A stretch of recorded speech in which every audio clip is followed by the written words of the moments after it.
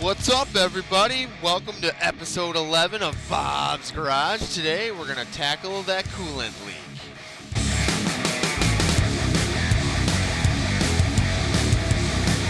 Okay, well, welcome back, everybody. I just wanted to make some comments about this coolant leak that I've been dealing with. So, this is kind of becoming more and more of a problem, and the G12 coolant, as you know, is not cheap. And I basically wanted to figure out why my coolant was leaking. Where's it coming from? What's the deal? So the general consensus was the location of the leak indicated it was probably the water pump. So I ordered the JHM timing belt kit, as well as a water pump, and all new pulleys and tensioner, and as well as a metal thermostat housing. So the 2002 S4 only came with a plastic housing. They changed it over. I guess the earlier years had a metal housing, so I wanted to replace it with a nicer metal one.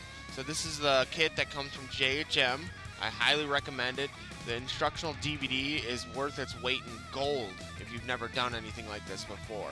So they go through step by step, telling you every single piece that you need to remove from the car to get this done. And you will need to pick up a bunch of specialty tools.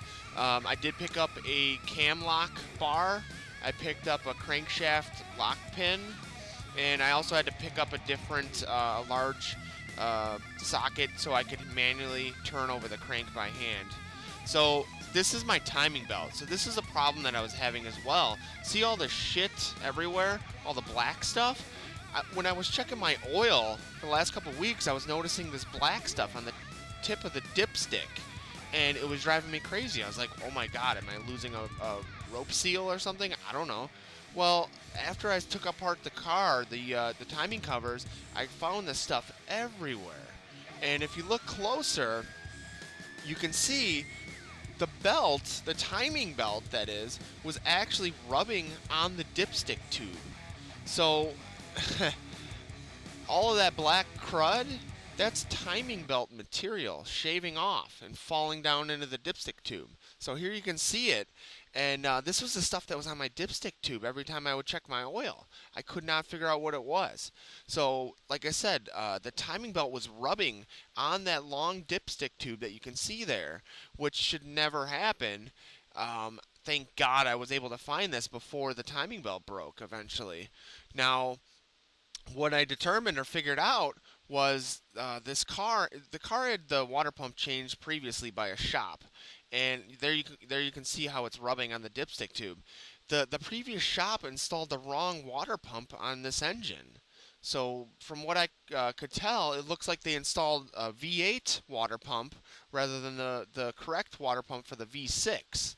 And I guess the V6 water pump has a little groove notched out that the dipstick tube rests in. And without that notch, the dipstick tube pushes forward into the timing belt. So I had this crud all over. It was insane. I've never seen anything like this. And like I said, this is an interference engine. So if that timing belt would have broke, I would have destroyed a lot of stuff, and it would have been very costly. Now, I did mention I did pick up a cam lock bar that is absolutely positively necessary, and the JHM video explains exactly how to do this process, how to mark everything. Now, I did not have to use the crankshaft lock pin.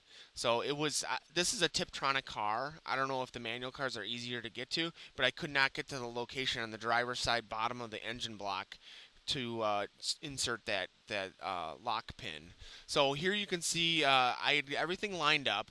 I put on the cam lock bar, so that keeps the two camshafts locked so they can't move. I marked everything up multiple times using just a white marker, and then I removed at that point, then you can remove the timing belt. Of course, I stripped a bolt that holds on the balancer, I believe it is. It's just a small little bolt, so I ended up going out to the dealer and getting more, so you can see it there. Those bolts are really soft. I don't know what they're made out of, but I guess it's pretty common that these things break. Now, and of course, I got my socket stuck in the bolt, which is all awesome.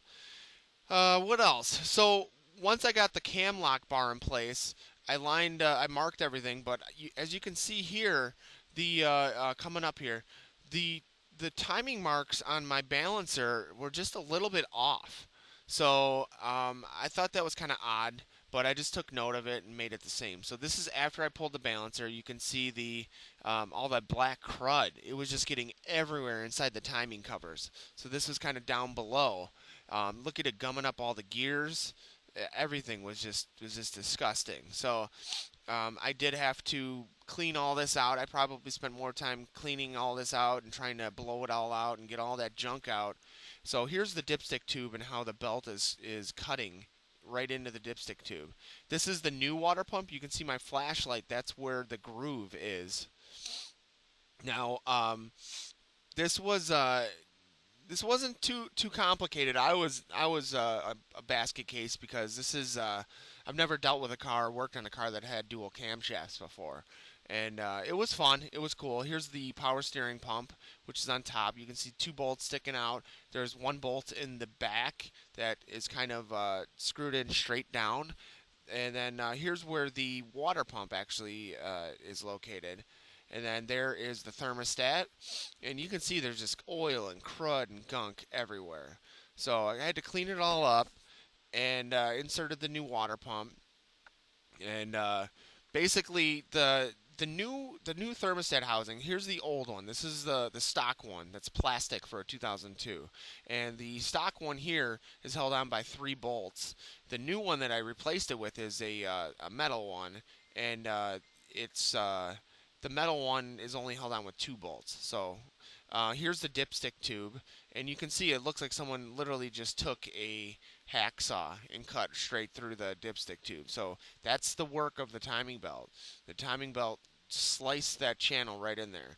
So I found this sealant tape at Home Depot. It was rather expensive, but I had heard that this works for sealing water leaks and all kinds of stuff. And it's kind of a tacky tape. It comes in multiple different colors, all that, and you just stretch it and wrap it around there. So I figure because it's a dipstick tube, it shouldn't need too much fabrication or repair. So that was the you can see this is the new metal thermostat housing, and here's the reassembly portion. So I'm just kind of basically putting everything back together. Installed all the new tensioner pulleys and the new water pumps in, and then there's the new timing belt. And I believe this was a Gates timing belt, which is supposed to be more heavy duty than a stock one or something. Whatever. I don't know. So this car has 130,000 miles on it. I do believe the timing belt had been replaced before. Here's now the new setup with the dipstick tube. And you can see that there's more clearance now because it has the correct water pump installed. What else? And so this kind of just shows, how everything lines up and all that. So I did not remove the camshaft sprockets, so I left all that connected. They talk about you can remove those or whatever. I think you need a sprocket puller to do it. So here's the timing covers back on, the fans back on, everything's back together here, and I put the car back together. And I was having problems inserting the lower radiator hose, and sure enough, I guess I did not have it reinstalled totally seated perfectly, or there was a problem with the little retaining clip for the lower radiator hose.